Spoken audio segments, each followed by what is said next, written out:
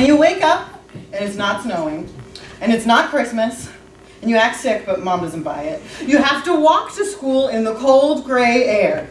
And you start to wish you had a car, or a moped, or you start to wish that the sidewalk was like an escalator. But deep down you know the sidewalk was never going to be like an escalator, no matter what they tell you in the cartoons. And knowing all that makes walking even worse. School before Christmas is especially hard because they hold it out in front of you by decorating all the classrooms and making you write paragraphs about what you want Santa to bring you. And in art class, they make you make these paper chains where you tear off one ring a day to let you know how close Christmas is. And it's supposed to be fun, but it's not. Because every time you tear one off, there's like practically 1,000 more waiting. My best friend at school has the same name as me. But everyone calls him Deke because that's what the kid who comes up with all the nicknames calls him. And Deke is 7 months younger than me, but he's bigger in size. And his dad is dead from something. And his mom works all the time, so he lives with his grandma, who has a different last name. And he has all kinds of brothers and sisters, even those who have kids of their own. So even though he's in my grade and he's just a kid, he's also an uncle.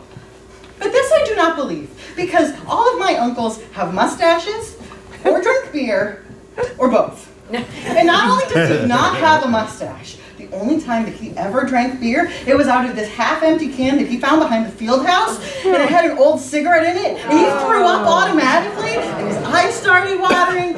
None of my uncle's eyes ever water. Well, except my Uncle Tommy when Carl Yastrzemski popped it up to end the season, but that's not even the same thing. So this one day, at the lead up to Christmas, me and Deke walked like the 9 hours back to my house, and when we finally got there and headed into the parlor to watch TV, Dad was already there sitting in his chair watching something about cabinets. Dad's home in the winter a lot because you can't work when the ground is frozen. And Dad's job is to drive a machine that digs up all these holes, and if you try and dig in the frozen ground, the teeth in the bucket break. And Mom was home because she got laid off. I don't really know where she works, but they're always laying her off. So when Mom and Dad aren't working, they get to stay home all day. And you'd think that would make them happy. But it doesn't. If I got laid off from school, you better believe I'd be happy. Maniac. So Mom asked Deke if he wanted to stay for dinner, but he said he couldn't because his grandma gave him a $10 to pick up a pizza. And then all of a sudden, Mom's American chop suey started to sound like a bucket of dirt. American chop suey is also called macaroni, depending on Mom's mood. And in the past few weeks, we've been eating a lot of American chop suey and spaghetti and rotini, and that's all the same thing, but it's different shapes. And then this one night we got to have pancakes for dinner, and that was really nice because the house doesn't usually get to smell like breakfast at night. So over the American chop suey, there wasn't a whole lot of talking. So I decided to bring up just how useful it would be for me to have a Godzilla with a fire-breathing mouth.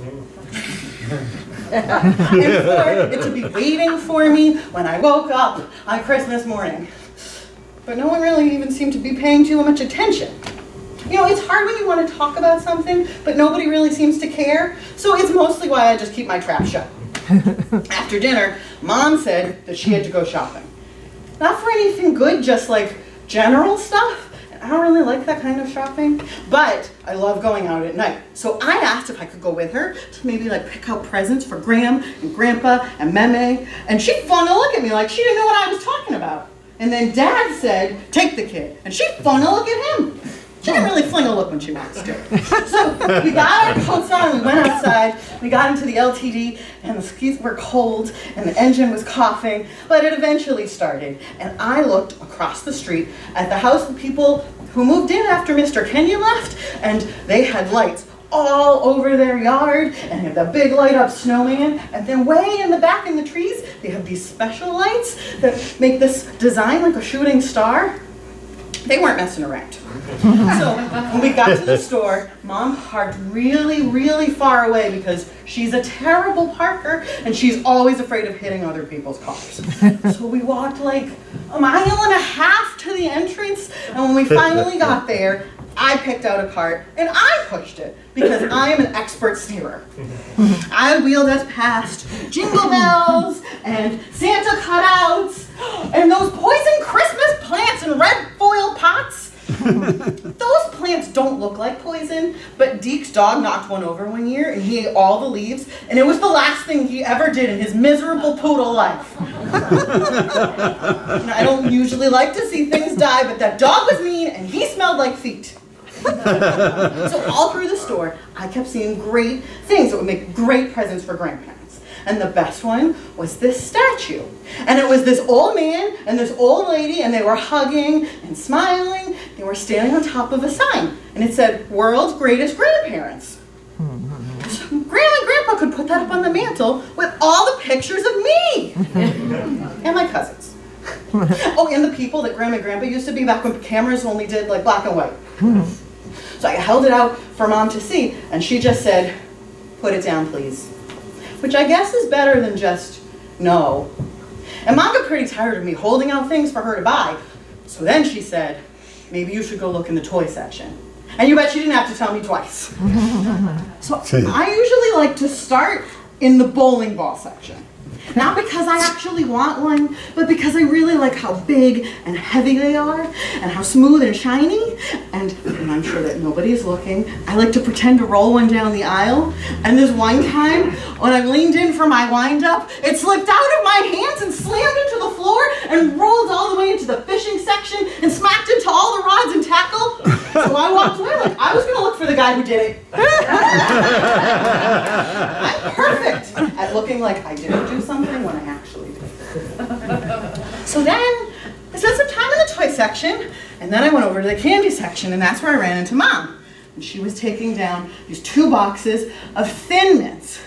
And they're this candy, and they're part chocolate and part Vicks Vapor Rub. And if you can't tell, I'm right. And nobody in our house likes Thin Mints, so she must have been getting them for the grandparents. And when I thought of Gran and Grandpa and Meme opening up Thin Mints as their gift from us on Christmas, I got really upset. And before I knew it, I was screaming, "You gotta get them something better than that! What about the statue? Anything's better than a box of Vapor Rub tasting candy! A kick in the neck would be better!" And then I waited for Mom to pull out her hiss whisper, which is that voice she uses when we're in public and she's angry at me. But she didn't say anything. She just dropped the boxes into the basket and headed off. I almost didn't follow her because I wanted to underline how hard I did not like her gift choice.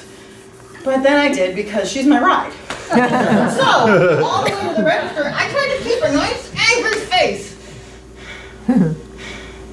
But then my cheeks got tired, so I had to give up.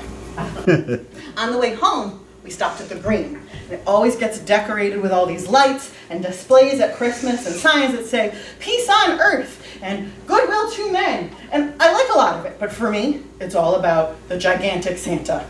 He stands on the courthouse lawn, and he's smiling and waving and ho-ho-hoing, and for a second, I don't even care that he's plastic, and I just get happy and anxious for Christmas and start to smile and laugh in my throat, and I can't even contain myself, so I don't even try. And there's a flagpole in the middle of the Green, and on top, there's this loudspeaker, and it plays Christmas music all day and all night. And the best song is Rudolph the Red-Nosed Reindeer, because it tells the whole song. The whole story. But there's lots of other songs that really wouldn't make you jump off a building either. So, Mom and I looked around at all the different displays. We had a fake sleigh and a fake boys choir and the fake manger set up. But Mom was just like wandering around, not really looking at anything. I got pretty tired of how slow she was going, so I took off to try and get into the elf's workshop. Which I couldn't because it was a fraud. The door was just painted on, and if you stuck your head in through the window, which you could because there was no glass, you could just see there was no floor down there, it was just grass. And if you want the truth, I don't really like elves much anyway. I mean, they're good from far away, but then up close, they're kind of creepy. Like clowns. So, you could tell that the air was cold, and you could feel it in your nose, and you could tell it was December, which was really nice. And I started to wonder if all of the war statues were feeling all crowded out by all the Christmas statues. So I went off to try and find Mom and see what she thought. And she was standing in front of the fake manger. She was leaning on the fence, and her eyes were closed, and her mouth was moving. And I thought she was singing, but that didn't make sense because Up on the Housetop is not at all a sad song. So it didn't make sense for her to be crying, which is what she was doing. She had her hands up by her face, like you're supposed to do when you pray. And seeing her cry made me want to cry, even though I wasn't at all sad a second before. So I decided to take off and come back later because I didn't want her to think I'd just been standing there gawking at her like some kind of maniac. No one should have to feel like an extra jerk on top of crying. We didn't talk the whole way to the car. If you want the truth, we didn't talk the whole way home either. The cars passing put shadows on Mom's face. It was all really wound up and weird until we finally got home and pulled into the driveway and I got out into the air and could breathe some openness again. You should really never get into a car feeling all wound up. It's a torture.